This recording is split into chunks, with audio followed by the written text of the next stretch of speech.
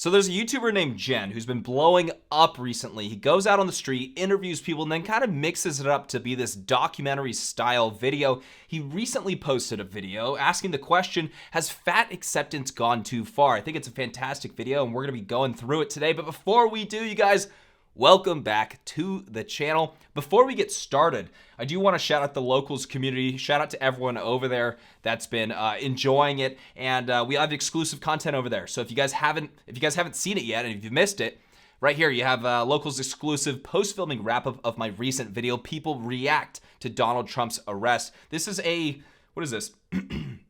A 15-minute video behind the scenes after we get done filming. Go check that out, jamesklug.locals.com. I'll put a link down below. It's free to join, takes just seconds.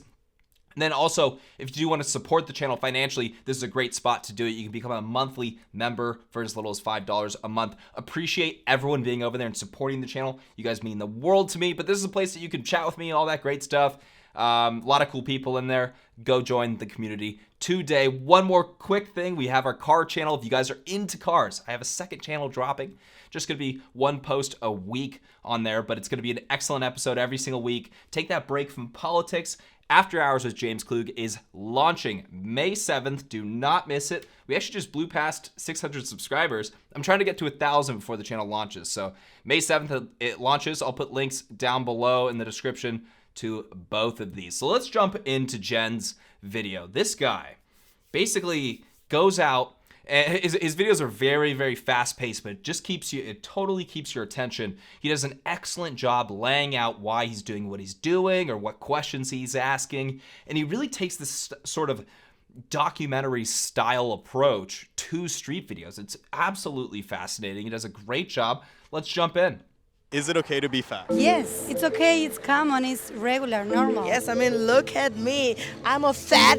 I don't think it's really okay to be fat because it's a lack of self-love. I just love myself and people love me because I love myself. I'd rather have people love themselves, go to the gym, take care of themselves. A few kilos more or less will not change me. It has a lot of problems being fat because it's interesting. Lack of self-love. I don't know about that as much as lack of self-care. So, like, you or self-control, actually, I mean. That's what it would be more of. You know, you could be like totally, like that lady obviously loves herself. It can show a lack of self-control, absolutely. Now, when I say that, of course, it's important to note that the conversation's a lot more nuanced than just saying, oh, fat or skinny or whatever it is. There's various reasons that people are overweight. Some of it is medical. Some people struggle, and they're doing their best and they're struggling to lose weight. Surprise, surprise, the conversation's very nuanced.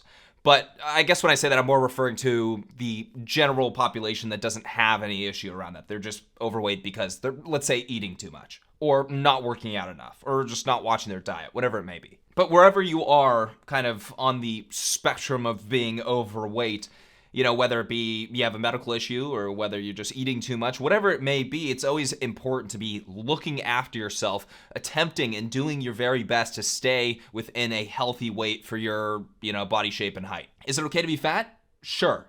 Should you do something about it? Absolutely. It's hard to say yes or no. I grew up in West Virginia, which happens to be the fattest state. Were you ever fat? The biggest I've ever been, I got up to 243. I woke up in the mirror, looked at myself at 243, bubbly, my hips hurt, my knees hurt, my ankles hurt. That moment there, I was like, this is not good. I don't like it. It's not for me. But if it's for you, I think you should get after it. Well, hold on. But if that's for you, if that pain, if that health risk is for you, then go for it. No, wrong messaging, bro. Absolutely not. It's hard to tell how overweight 240 pounds is because that totally depends on your height. If you're a dude that's 6'4", that's not the craziest amount of weight. It's obvious. I mean, you're up there for sure, but it's like that's not necessarily saying that somebody's like morbidly obese. These guys don't look that tall. They might be 5'10", 5'11", maybe 6 foot. So he's probably a good 40, 50 pounds overweight. But look, he probably had somebody mention to him, yo, dude, you look like a whale. Or at least he was honest with himself, right? Seeing the negative side effects to being overweight and clearly did something about it. Can you be healthy and obese? That's tough, you know? No. You know, you can be healthy and still be bigger. These big wrestlers in Japan, I forgot their name. Oh, sumo wrestler. Yeah, exactly. I feel like they're strong. Like I play volleyball, I play soccer, I was a competitive cheerleader. So I think it all just it all encompasses in what you're able to do. There's there's objective truths when it comes to physical health. There's different types of health. Mental health is another example, but there is objective truths when it comes to physical health and what is physically healthy. You cannot be healthy and obese. You just can't. I'm not a doctor. I probably wouldn't want to answer that at all. Let me ask you this then. Like, what does it mean to be healthy? Well, mental health is very important and also physical health, of course. I don't think anyone's purely healthy. You're able to have healthy tendencies. I have a brother who was a track athlete who was an alcoholic. So I think it just...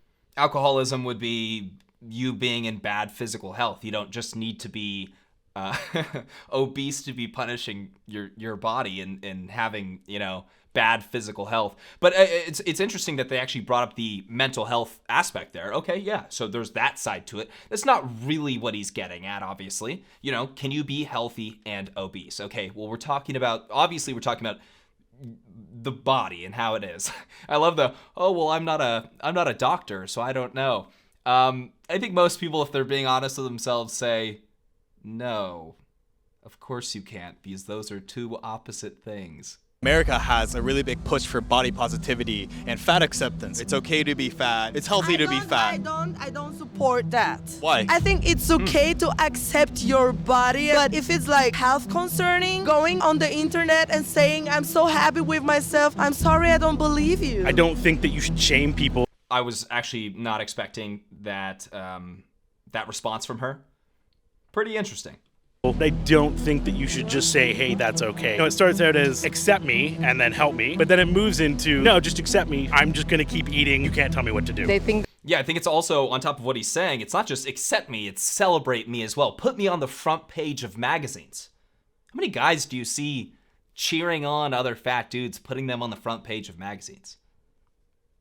It's a question to ask yourself. that, oh yes, it is okay to be fat, let's eat more. I don't think it is a good idea to make that movement. I agree with that movement and I like it and I think it's okay because not everybody looks the same way. Sometimes you're not fat and some people call you fat. Yeah, it's not okay. I was a Well, that's them lying and being mean and bullying. But there are times where you're looking at somebody fat and you tell them that they are overweight and that should be okay. There are different cultures in this world that tell people when they're fat. Geez, even American Sign Language, they're like ruthless describing fat people. But that's kind of aside from the point. There are different cultures that there's a reason, aside from, of course, I mean, a major factor is the food that they're consuming, but also there's a cultural difference when it comes to that slight shame or at least putting health up on a pedestal. Or let's say if a man says, I'll never date someone over this weight. My husband's tall and some people have shorter boyfriends. Kind of all depends on what you want in life. Would it be rude if like men started saying like, I won't date girls over a certain weight? I think physical attraction is important just as much as an emotional attraction. I don't really see like fat models for guys. We always have the standard of the jacked dude. Men have a lot of pressure now to look good, but when it comes to sexuality, why am I a hoe if I like to and you guys are the kings and I'm the hoe? Yeah, she remains unhinged. Think these double standards, oh my god, this pissed me off so much. Really quick, I can't even talk. Really quick, I'll just address that. It's just besides the point, but I'll just address it.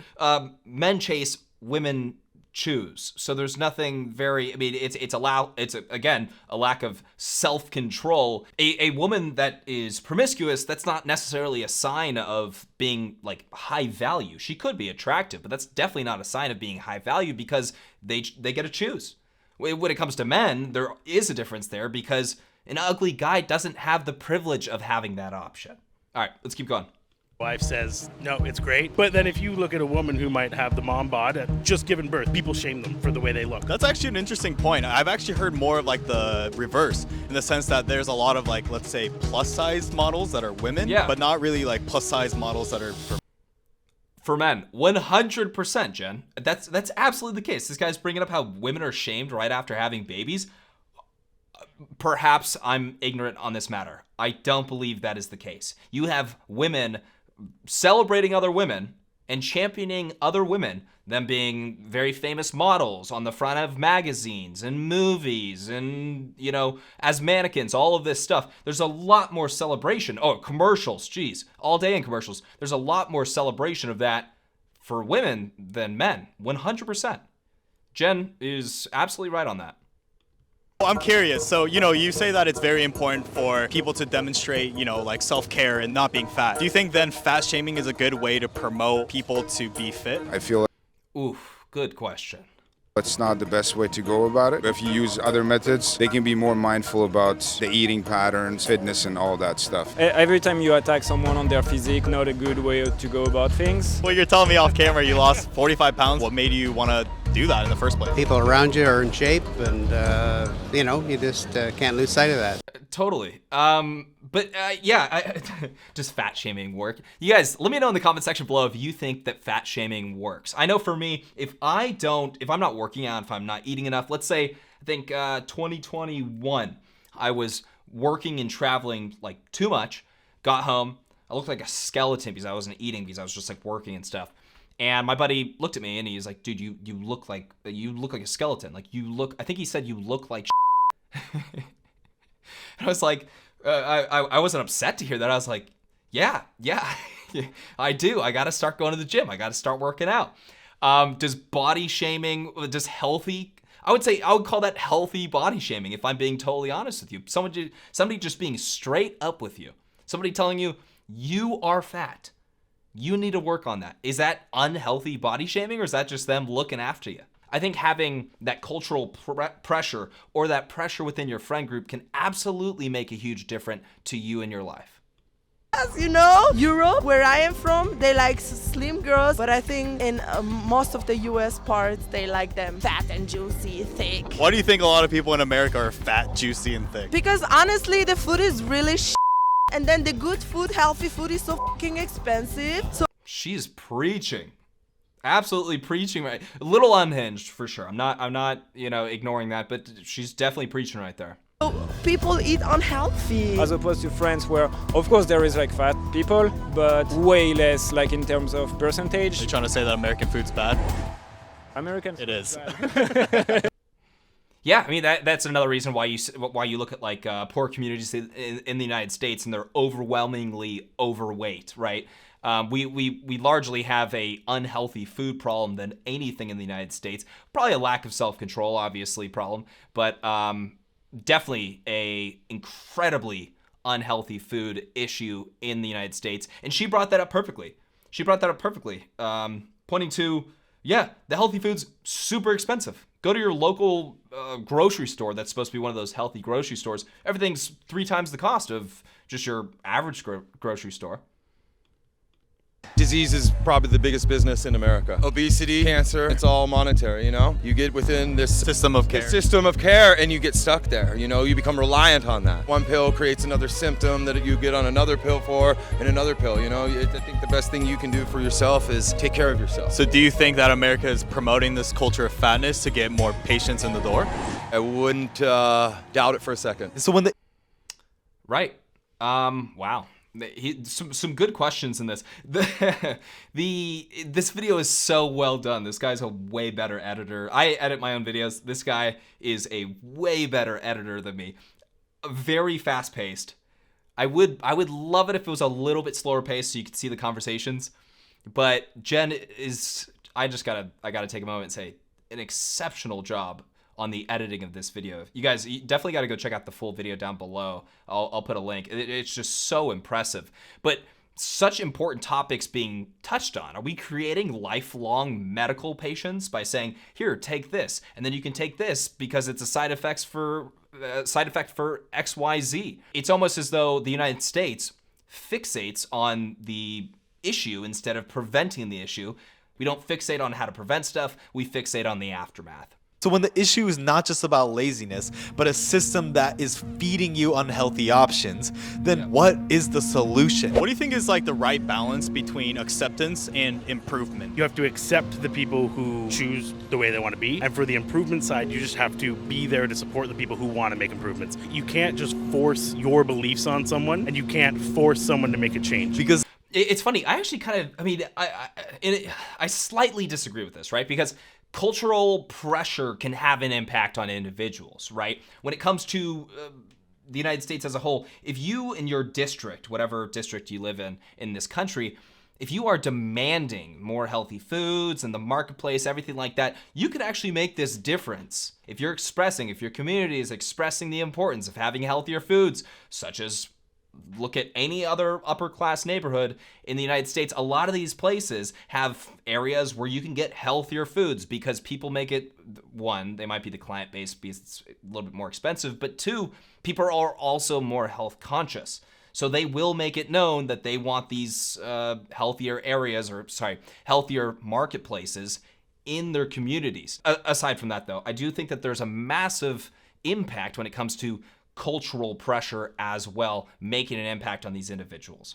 The first step to improvement is acceptance. And more importantly, deciphering if you're deluding yourself from working towards improvement in the name of acceptance. Because if there's even a tiny whisper inside of you that's telling you should be doing more and that you don't want to be fat, then you're settling. Maybe look yourself in the mirror a little bit. Just be honest to yourself. Just be honest with yourself. Because the moment you start looking inwards, you can start changing your reality. And what used to be your insecurity can now become one of the best reasons for wanting to improve. All right, he does such a good job on this video. We're gonna wrap it up right there because he stops doing the interviews. But you guys, let me know what you thought about this video down in the comment section below. Let me know what you thought about what I had to say down in the comment section below. If you guys enjoyed this video, make sure you hit that like button. Make sure to subscribe for more videos and hit that bell notification button so you're notified next time I post. And I will catch you in the next video.